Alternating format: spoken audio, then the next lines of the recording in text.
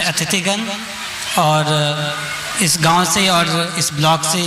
जितने भी लोग आए हैं उनका मैं स्वागत करता हूं। जो इस प्रोग्राम का जो उद्देश्य था वह ये था कि जो भी विद्यार्थी इस ब्लॉक से अच्छा किए हैं उनको सम्मानित करना और एक समाज में एक जागरूकता फैलाना कि जो पढ़ाई के माध्यम से जो हम अपने परिवार का अपना जो प्रोग्रेस होता है, अपने परिवार का अपने समाज का जो उत्थान कर सकते हैं वो किसी और माध्यम से शायद ही कर पाए। यहाँ पे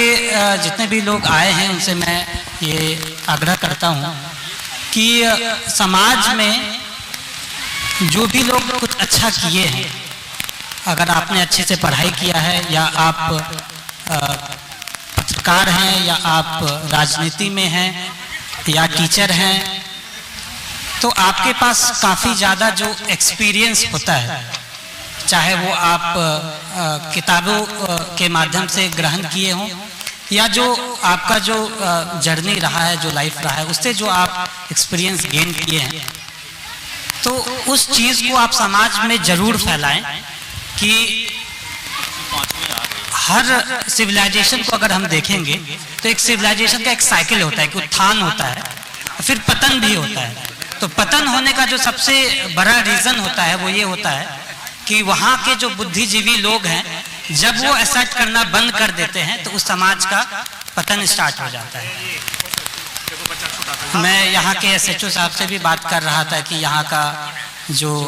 लॉ एंड ऑर्डर की सिचुएशन है वो क्या है, यहाँ पे क्राइम्स रेट कितने हैं, किस टाइप का प्रॉब्लम जो है वो लोगों को होता है। तो ये समझ में आ रहा है कि बिकॉज यहाँ पे गरीबी काफ़ी ज़्यादा है, तो इसके वजह से जो प्रॉब्लम्स होती हैं, चाहे वो ज़मीनी विवाद हो, चाहे त्यौहार के समय में अगर किसी टाइप का कुछ लॉ एंड ऑर्डर इशू हो,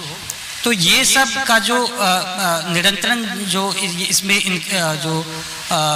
समस्याएं बढ़ रही हैं उसका कहीं ना कहीं जो रिस्पॉन्सिबिलिटी है वो यहाँ के बुद्धिजीवी लोगों के तरफ भी जाता है कि आपका ये उद्देश्य होना चाहिए कि समाज में जो नकारात्मक सोच के लोग हैं, जो भी समस्याएं हैं, उसका एक समाधान जो है कम से कम उसके प्रति आपके तरफ से एक डिस्कशन स्टार्ट होना चाहिए, एक डेलिब्रेशन स्टार्ट होना चाहिए कि आप लोग आपस में बैठ कर के कम से कम वार्तालाप स्टार्ट करिए, फिर उसमें कैसे काम कर सकते हैं, उसमें आपका क्या कंट्रीब्यूशन हो सकता है, उसके प्रति जो है वो सोचना चाहिए। और जब मेरा रिजल्ट हुआ था, जिसमें ऐसा मैं पहले भी कहा हूँ कि अगर एक समाज से अगर कोई एक अच्छा करता है तो उसके पीछे, उसके सक्सेस के पीछे का जो श्रेय है उससे कहीं ना कहीं ज़्यादा उस व्यक्ति से कहीं ज़्यादा उसके परिवार को, उसके समाज को जाता है। और इसके लिए मैं सौभाग्यशाली हूँ कि मैं यहाँ से पढ़ा और यहाँ पे रहा और फिर आगे जाकर के भी पढ़ाई की। और जो सपोर्ट मुझे परिवार से, यहाँ के लोगों से मिला, वो सपोर्ट दूसरे जो छात्राएं हैं उनको भी वैसा ही सपोर्ट जो है वो मिलना चाहिए। और एक बात जो है वो रविंद्र ठाकुर जी ने कहा था कि उसमें एक त्रुटि थी कि नंदन नीलखानी सर हैं जो कि IIT बॉम्बे से ग्रेजुएट हुए थे। जब वो 50 साल ग्रेजुएशन का उनका हुआ कि 50 साल बीत गए, उनका जो एसोसिएशन है IIT बॉम्बे से, उसके बाद उन्होंने 315 करोड़ का जो IIT बॉम्बे को डोनेशन दिया। तो ये एक तरीके से एक एग्जाम्पल ये भी है कि जिस समाज से हम लोग आते हैं, जहाँ से हमें कुछ जो है वो बेनिफिट्स मिले हैं, तो उसके उत्थान के लिए हम जिस भी तरीके से सक्षम हैं उस नज़रिए से कंट्रीब्यूट करना चाहिए। जागृति फाउंडेशन में इस गांव के और इस गांव के बाहर के भी लोग काफ़ी जुड़े हैं।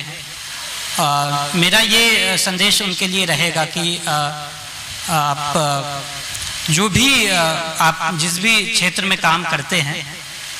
उसमें आप अच्छे से काम करिए। एक एक उद्देश्य जो है वो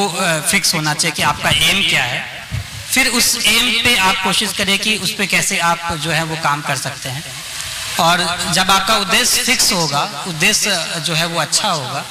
तो धीरे धीरे करके अच्छे लोग जुड़ते जाएंगे, आपको फंड्स की भी जो है वो दिक्कतें नहीं आएंगे। और जैसे जैसे अच्छा रिजल्ट होगा वैसे वैसे जो है इस फाउंडेशन के बारे में लोगों को भी पता चलेगा। और जिस भी तरह का जो सहयोग जो यहाँ के जो लोग दे सकते हैं, मेरा ये आग्रह है कि वो आप जो है इस संस्था के माध्यम से आप दीजिए। और अगर आप कुछ अपना भी कुछ करना चाहते हैं तो एक आप जरूर करें और समाज को समाज के उत्थान के लिए आप अच्छे से काम करें। धन्यवाद।